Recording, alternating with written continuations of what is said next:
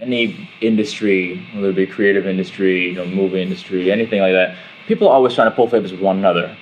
People at the top always trying to give this guy, a little edge, and ultimately, you're a product. They forget that we're people. As artists, we are people. Yeah. And as far as say, oh yeah, I can give you that. Don't mind that it'll mess up this part in the band or whatever. I'll help you out over here. And I mean, it is difficult. You have to look at it. You have to almost step away from your inner feelings and look in and assess the situation and realize that this is going on around you. Yeah. And guard yourself.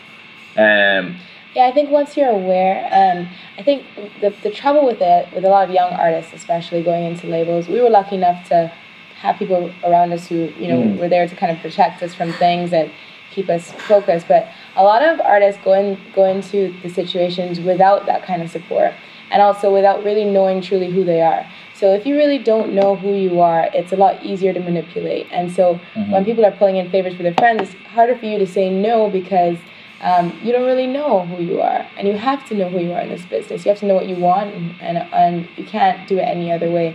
I think that the whole favors thing, this is it. If you have a friend who's a producer, we have friends who are writers, and you want to help a friend out, and that's fine.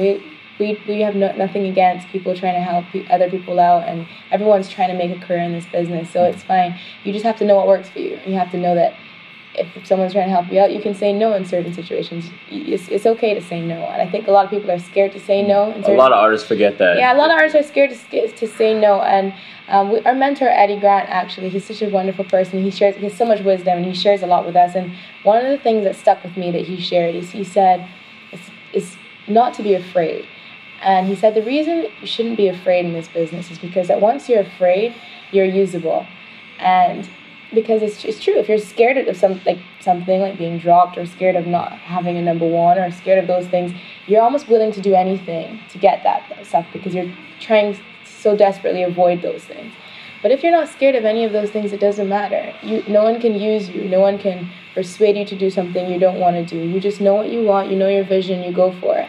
And I think that was some of the best advice he's ever given us. And through everything we've done, we've been able to keep our wits about ourselves and stay true to who we are and stay true to the craft we make because of that advice. I've always been in Cover Drive, and I love being in Cover Drive. We modeled ourselves so closely after No Doubt that I feel like I will be in Cover Drive for the next 20 years, for sure. I definitely do.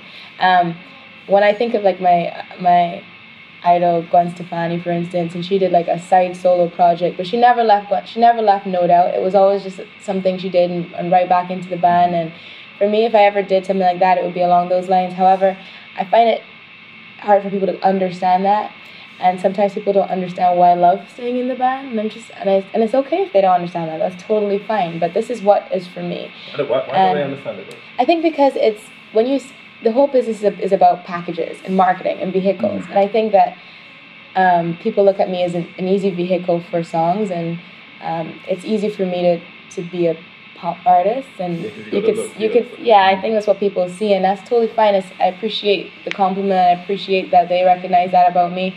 But there's also another side to me, and that is the side that is a true musician, and the side that loves being in a band, and that's where my heart is right now.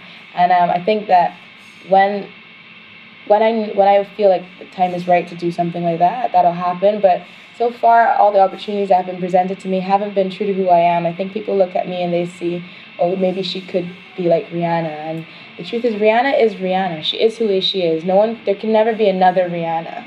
That's just her. And I would never want to try to be another Rihanna. I would just only ever want to be myself. And if someone's going to present an opportunity that leads down that path, I don't want to take that path only because it's already been done so well, and I don't need to do it again. I just will rather be myself.